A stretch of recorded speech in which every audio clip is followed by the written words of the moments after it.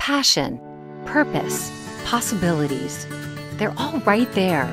But sometimes we need a little push. And that's where SheSez comes in. Think of it as a master class taught by the world's most interesting women, sharing stories and ideas, because girlfriends help each other. This is SheSez with Linda Grasso. Hello and welcome to SheSez. Our guest today is Natasha Case, owner of the ice cream company Coolhaus. With irresistible flavors like buttered French toast and streetcar churro dough, Coolhaus is sold in 6,000 grocery stores across the country, including Whole Foods and Safeway. This year, it's estimated that Coolhaus will rack up $13 million in sales. You might be surprised to learn that Natasha didn't start out with food industry experience or even a strong desire to be an entrepreneur. So what led her to the frozen food industry? Well, it was actually an interest in architecture. Natasha, thanks for joining us. So good to be here. Thanks for having me. I love your story of how you thought you wanted to be an architect. You went to school for it, getting an undergraduate degree at Berkeley, and then at UCLA, you got your master's. What happened? I think I kind of went into it knowing this is a skill set that can be applied in a traditional sense, but it also can be applied to many different things. If you think about architecture, it's a way to communicate ideas, values, and stories. So I think I always had a little bit in my back pocket, like I want to kind of stretch the boundaries of what this is. And let's be honest, Berkeley is a place where you stretch boundaries. But I didn't really know what that would be. And a kind of light bulb moment for me was in one of my undergrad studios. I had made this scale model, and a professor of mine criticized it, saying it looked like a layer cake. And I thought, why is he saying that like it's a bad thing? Layer cakes are awesome. And I baked the next iteration of the model as a cake. And when I presented that model to my peers, they were just so much more excited about it. I think that is so telling of who you are, because another student with a different mindset might have intuited that to be criticism that was, really deflating. Yeah. And yet you took it and said, I'm going with this. No, it's true. And I think you really have to master that as an entrepreneur. You see a problem and then you see an opportunity. You don't see a hurdle or an obstacle, because that's, believe me, what it's all going to be about as you're growing your business. After you got your master's, you went to work at Disney as an Imagineer. Share with us exactly what an Imagineer is, in case anyone doesn't understand what that is. Sure. So Disney Imagineering, they're famous for the ride design at theme parks. And they do a lot of that. It's really divided into two segments, kind of interesting, on the berm and off the berm. The berm is like the little hill that the theme park is on. If you look closely, it rises in altitude just a bit where the grounds of the theme park are. Off the berm would be like hotels, master planning, transportation, so kind of everything around the spaces of the theme parks or connected to the theme parks. So it's really could be anything under those two major umbrellas, is what Disney Imagineering does. And so it's filled with architects, designers, engineers, planners, mostly those walks of life. And you said that was really a stimulating environment to be in, very forward thinking, and unlike your professor, Yeah. you had some creative energy going there. Yeah, I would say, I guess in their own way, saying whether Disney is forward thinking or not is I think there's a lot to be said about that. I definitely think that they're a leader with hands down in design and in storytelling and branding. They're maybe the ultimate, create that story, create that character that kids grow up with and people feel that they're are part of their whole lives. So they're phenomenal at that. I think what was really good about it is it gave me the skill set about branding and kind of that deeper connection that you have with the things that you love in your life and visuals and things like that. And it kind of was a good way to cut my teeth in that more corporate environment where there's structure and where you have colleagues and you can depend on like the day-to-day schedule and those kind of things. I think ultimately, I what fits better for me is maybe like a leaner and kind of more a environment that can move at a different pace, and that's definitely like a startup, I think. So it kind of I don't know that I knew it then, but it made sense to pivot and kind of become more of an entrepreneur after that. Take us back to 2008. The economy's in the toilet. You're working at Disney. Morale was really low. What happened? Yeah, so the recession hit and it was just things really got shaken up, around the office. As I had been playing around with this food and architecture idea and this intersection between those two subjects really ever since that cake model, at school. And so I had done like high concept dinner parties and different products and media. It was all sort of like a passionate hobby / art project. And then when the recession hit is when I thought, oh, I can do something kind of to lighten the mood at the office. So I started baking the cookies, making the ice cream, naming the combinations after architects. And I would literally give them to my colleagues who'd maybe gotten bad news or were feeling scared. And it would just be kind of comic relief amidst all of that. Like, oh, sorry to hear the bad news, but here's a Frank Berry. Or here's the minimalism. And thanks for the courtesy laugh. And that, and that's really all it was. Uh, I didn't think of it as a business until I met the other founder, Freya Streller, and she really saw there's business potential in this totally out of the box idea that you're doing. Now, where did you meet her? So we have a really fun meeting story. I went to Berkeley, but I studied abroad with Cornell in Rome. She went to Cornell in New York. So we had mutual friends from, that I lived with abroad that she knew from college.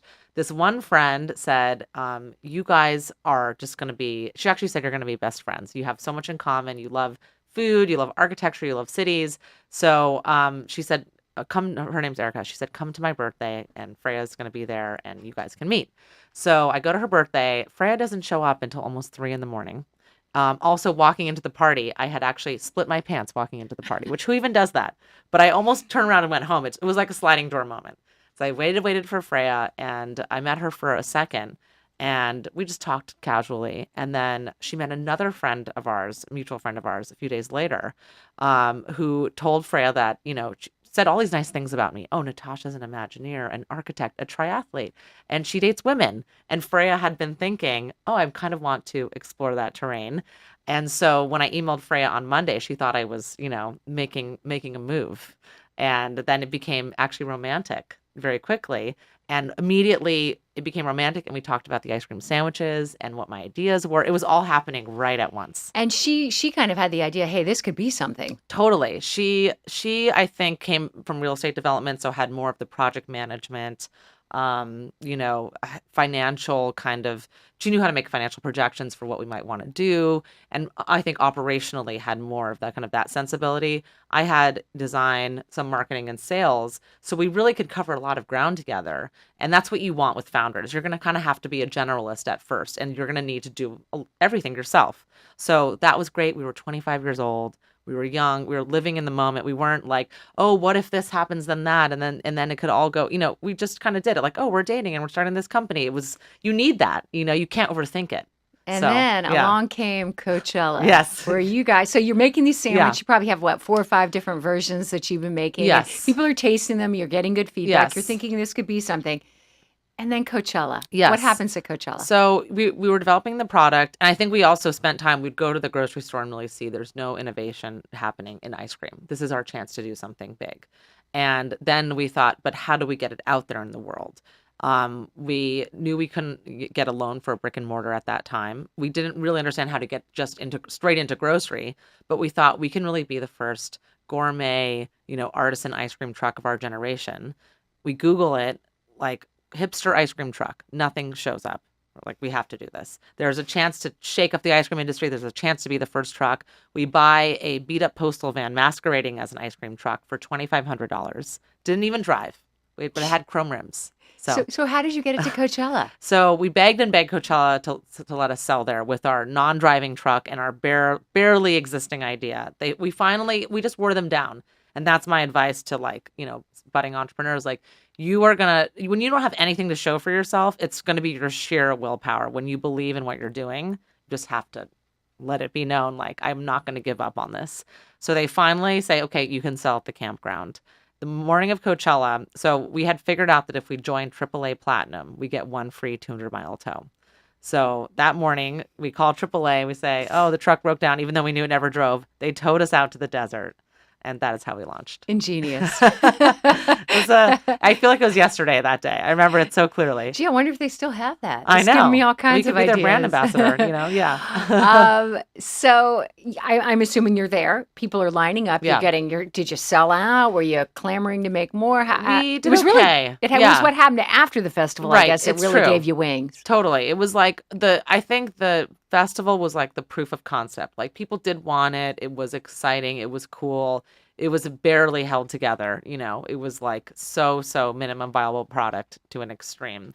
But then after Coachella, a friend of mine wrote a piece about it in Curbed, the real estate blog, which was not even a flattering piece. He didn't even write. He was like, "Oh, if you're really bored and you have nothing to do, like check out this ice cream truck. It's kind of weird. They're named after architects." It was like, "Thanks, Stan. That was really helpful." But it didn't matter. And that's the point. It doesn't have to be perfect. It went from there to Apartment Therapy to LA Times to Angelino. I mean, I was having all these big editors call me. Your timing was right because Yeah. that was just the beginning of the food truck craze. And that was Totally. before, gourmet ice cream now is ubiquitous. I mean, Totally. it's funny that you mentioned that because I was just at Gelson's the other night trying to get ice cream and it's 20 minutes. I'm Yeah. like, Yeah. hibiscus, this, that, and wow, organic, not organic, Yeah. soy.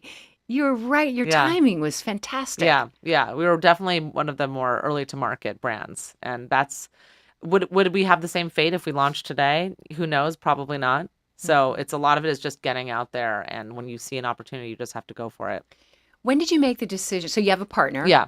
And you guys are your wheels are spinning. When did you make the decision to quit the gig at Disney? And was that difficult? Well, I would say I did not make a decision because I was laid off and with the round of the hiring freeze. And then I worked another job kind of in between to kind of get by. It was like a design trade show. And so that took us from, we launched at Coachella in April, and that took me through June. And then that trade show went out of business. I mean, it was just such a crazy moment. That first few years were like, it was like a cleanse, of so many brands and businesses. And then, I sort of said, this is it. Like, I have to give this a shot. And it's never going to be something great if I don't do it full time. And Freya said, "Well, are you sure Coolhaus can afford to pay you?" And I said, "No, not sure, but there's only one way to find out." And so I just did it. But I think having Freya as a partner, and she continued to work her real estate job for 2 more years full time. So that helped offset the risk. Mm-hmm. Had you saved money? Did you borrow money? We were really living off her salary. I wouldn't say that I had saved, and we couldn't borrow. It was just, there were some expenses that the company could cover, so it's kind of like you can live a low cost life, helping pay rent because we were running our office out of the apartment, things like that. But, I look back and that's another thing, like you're 25, 26. I didn't need that much we didn't need that much at the time. We had each other. We had a great life. We were having fun growing the brand. And all I wanted to do was, eat good meals, go out to dinner and have a fun experience every so often. It was like, it's very different what I think what your expectation for yourself now being 34, the things you want, you need to maybe make a kind of different kind of living. At that time, it was like, I don't know, it always seemed like enough. It's interesting. What was your big break? What was the thing that put you on the map?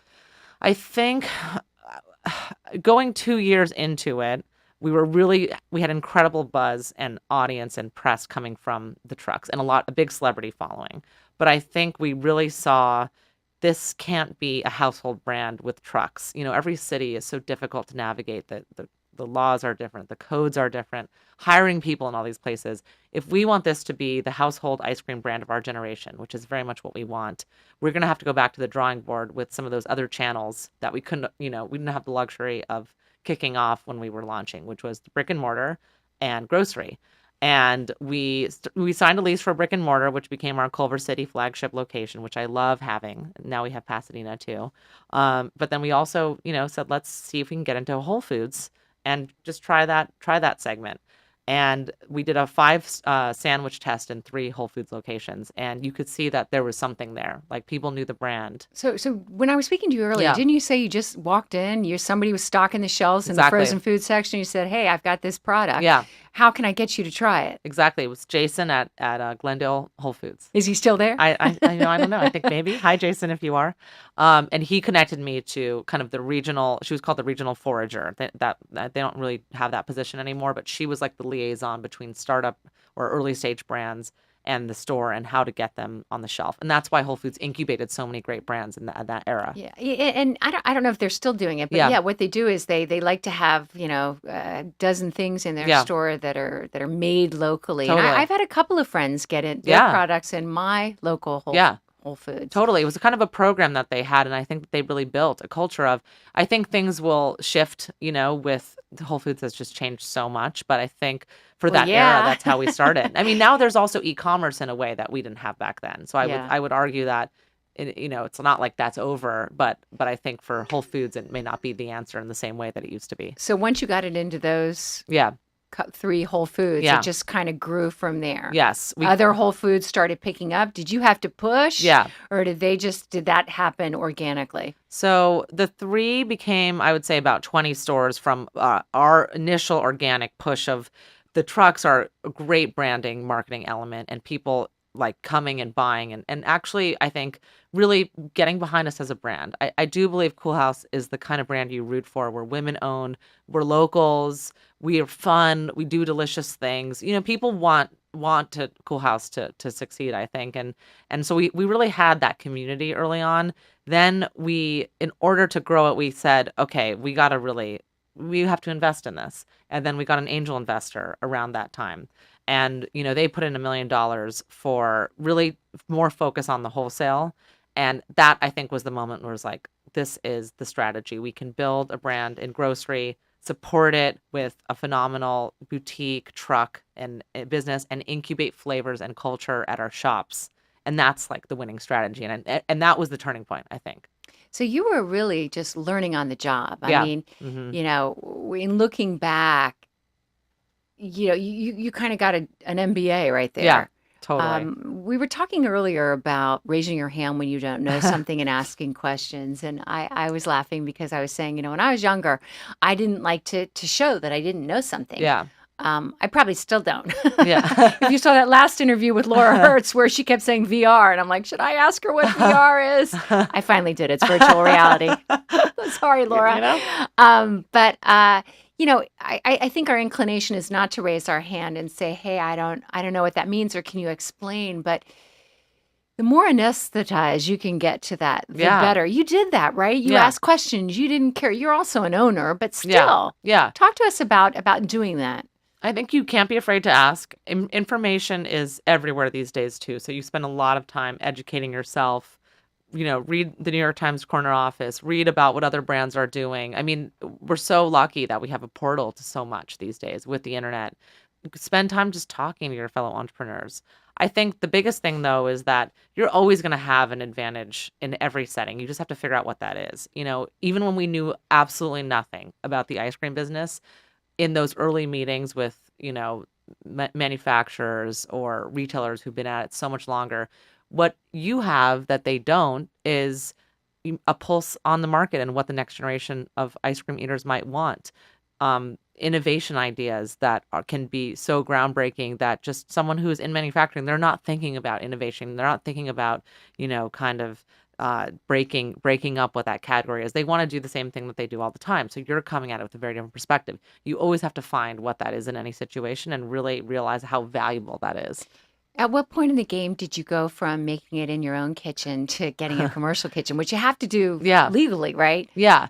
I would say pretty early on, when it came to getting into Coachella, and that's a huge, huge event with 100,000 people, I think we realized we can't be making this, in our kitchen anymore, or even really making it in a commercial kitchen. We need a partner who you don't need to reinvent this wheel. There's people who've done this before, obviously, and who've scaled production. If we can find a partner who can make things to our spec with our recipes, but really more mass produce and really bring their expertise as to how things are made, that's going to be our secret sauce with being able to scale this brand and focus our energies on innovation, branding, marketing, new flavors, the things that we know we're bringing to the table more so anyway.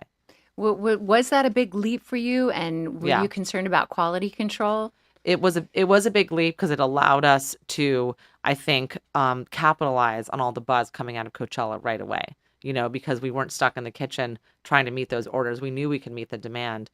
As far as quality control, you have to be very hands-on and very clear about what you want in all ways. Visual, specs, recipes, checking in, QC, is going to be huge. I would say your quality control should be better with a manufacturing partner, because they're bringing the expertise on how things are made. They have better equipment.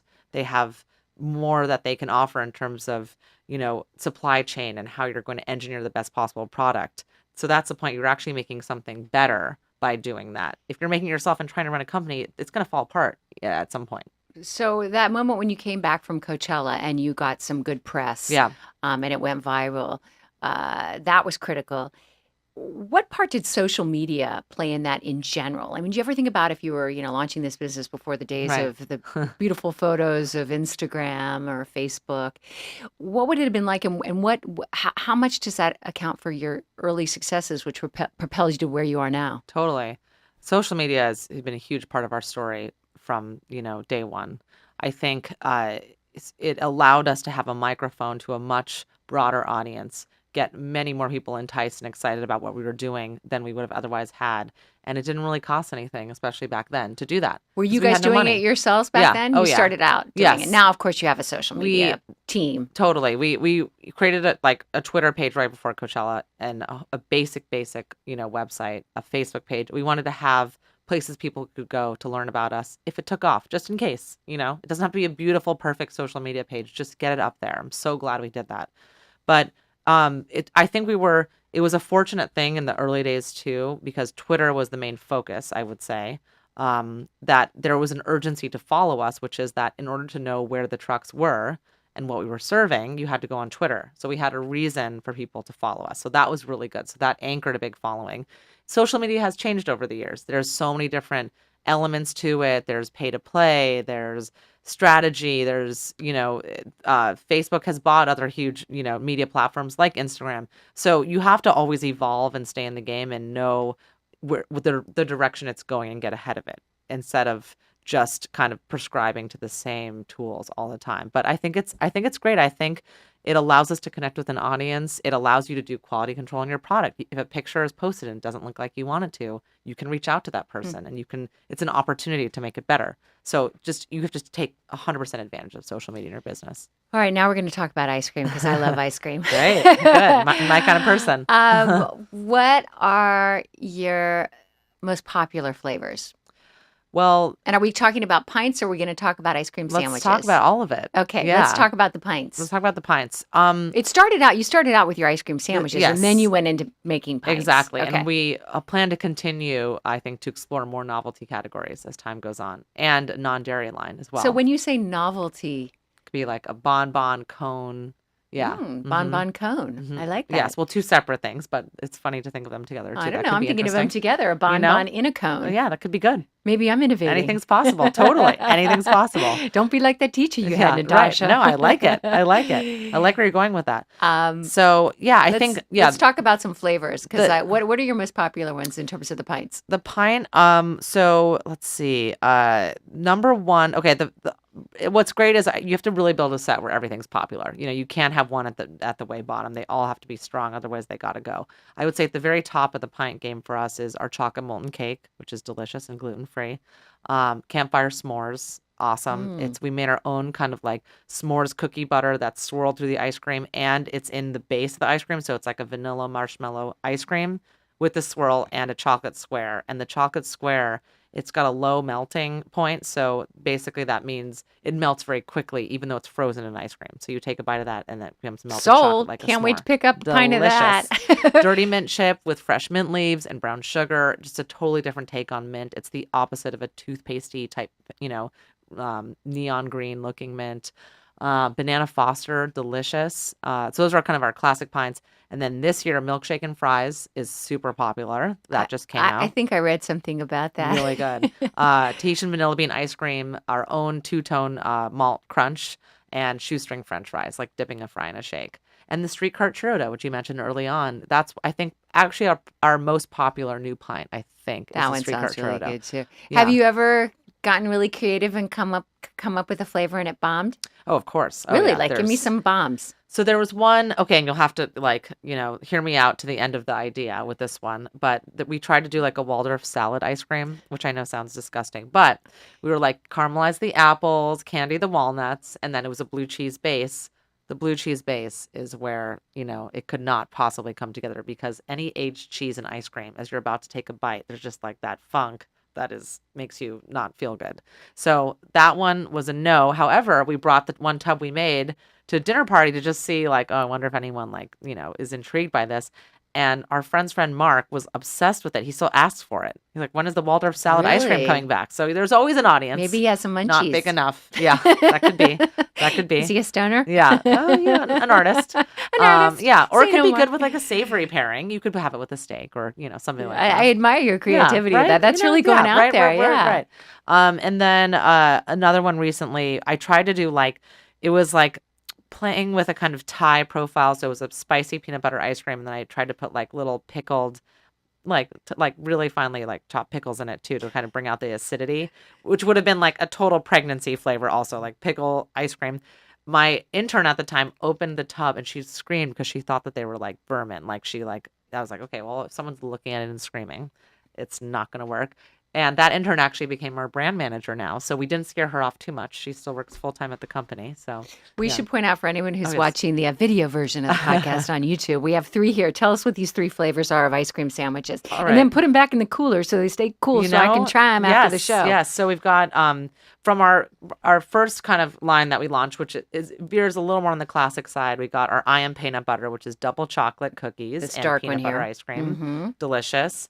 Everything non-GMO, also hormone-free dairy, organic cane sugar in the ice cream, cage-free eggs. This one is a newer one. It's called That Dough, though. So it's a chocolate chip cookie with a cookie dough ice cream, like all the ingredients in cookie dough in the ice cream, except for, the flour, and then also chunks of cookie dough in there. So it's almost like a triple cookie dough ice cream. It's so good. That's the one I'm trying. It's Go great. ahead. And what's then this birthday one cake. closest to me? Birthday cake. You got vanilla cupcake frosting ice cream, and then you have like a birthday cake. It's just a delicious sugar cookie with naturally colored rainbow sprinkles. I know. I like that. The sprinkles Yeah. aren't super shiny. Like Yeah. they don't look all shellac like you see on some of those Yes, cookies that kids get exactly. at birthday parties. Which, if they're going to look like that, they're just going to stay in your body looking like that probably. So Actually, Natasha, put the one I want back in the cooler because I'm You going to got have it in a minute. Yes. Now, I want to talk about you personally a little bit. Now, your partner, Freya, Yes. that you started the business with, Yes. You all decided to divvy up. You had a child. Yes. You have a 14-month-old son. Yes, we do. And Freya stepped away from the business. I want to talk about that for a moment because I do think sometimes people come together and they start a company and then founders go off. Oh, Share with totally. us a bit about that. So Freya and I ran the business together for the first 4 years, which was awesome. It was, in a way, I think, just really cool and romantic. I mean, you're growing an ice cream truck business together. We're like driving the vintage ice cream truck into the sunset to go to Ojai to a big party out there. It was great. And, it was challenging, but we had a lot of fun. And I think we were able to evolve the brand quickly because we were always talking about Coolhaus and how to make it better and new ideas. And then I think it kind of got to a point where it just the good side wasn't strong enough to offset the fact that you need a certain professional boundary, I think, when you're running a company. And as things changed, when we got our angel investor, for example, and then we sort of arranged the org structure where I was the CEO, Freya was the COO, so I was technically her boss, and I would ask her for a report, and she would kind of, I don't want to give that to you right now. We would talk to each other as each other's significant other sometimes when it should have been a different kind of dynamic. I think she also felt that she was doing the less quote unquote fun stuff, even though it's all hard. But I think for her, the operations, the finances, managing the people, that is extremely challenging. Meanwhile, I was doing more of the branding, the innovating, The creative stuff. Yeah. So I think that although we had both learned a ton from each other, I had already picked up so much operationally from her, and she had become more creative too. So that's probably why she was getting the itch.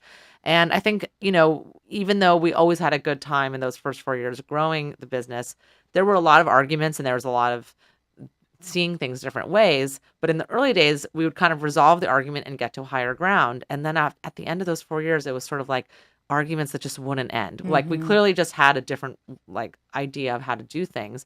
And it's really hard on a business to have essentially 2 leaders that are disagreeing. Yeah, bravo to you for having the fortitude to recognize that it was time to and I bring all that up not to delve into your personal life so much as I think there's some lessons in that. Yeah. Sometimes founders aren't operators, and there's a time either in a relationship, regardless, you guys are in a relationship and have a child together, but even sometimes, even if take that out of it, sometimes the founder needs to take a step back and the operator or the creative force needs to run with it. And I just think Definitely. there are lessons in that, which is why I Yeah. bring it up.